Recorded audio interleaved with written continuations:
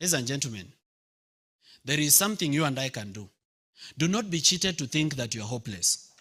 There will be no peace. There will be no peace for the wicked. Yeah. There will be no peace in Kenya for the wicked. The wicked shall suffer. They shall not have peace. In their big mansions that they've stolen with our public, they will not sleep. In those beds that they've imported from abroad, instead of promoting local carpenters, there will be no sleep. They will chase ghosts. They will have insomnia. They will go abroad to be treated and there will be no cure. Nothing can cure incompetence. There is nothing that can cure corruption. There is nothing that can cure bad governance.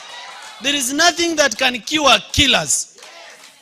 It is shocking that our Bible has been translated to every local language, but our constitution has not been translated. We need to translate the constitution to every local language, because even the colonialists that colonized this country, they came lying to us in the name of religion. They have misused the name of our God, this King Saul and his prophets of Baal. It's the same God that gave us minerals.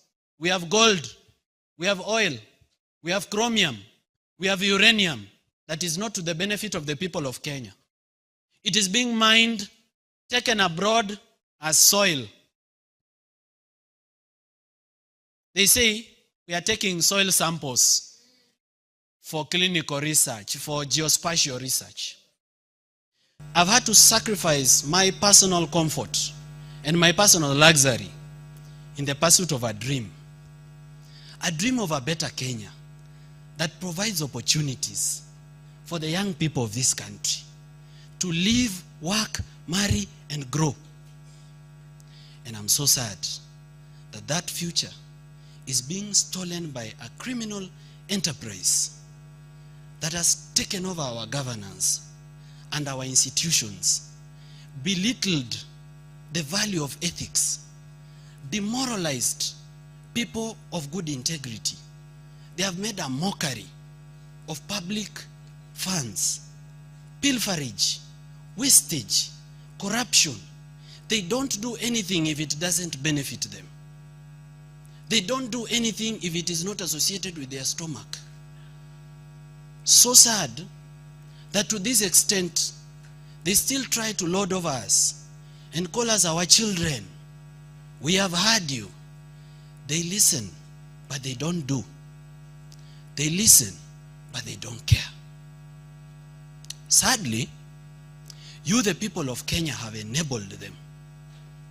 You have participated in the fraud.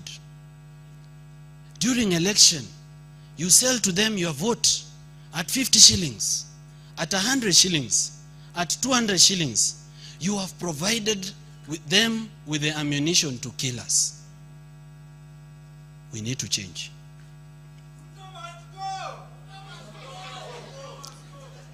We need a complete overhaul of our society. We need to restore ethics. We need to restore the value of education. We need to restore the dignity of the African girl. We need to restore the dignity of the African boy.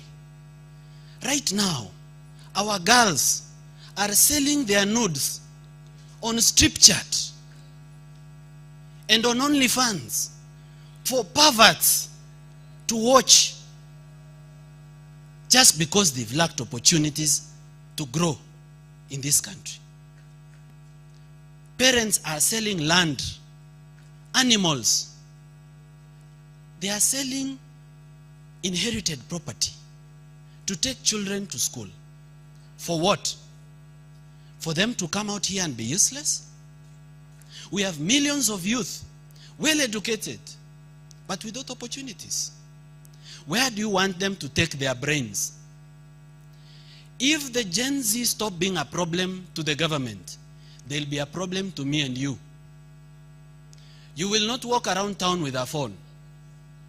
You will not have money in your account because they have the IT skills and they have no food.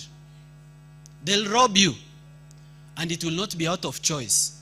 It will be because the first instinct of a human being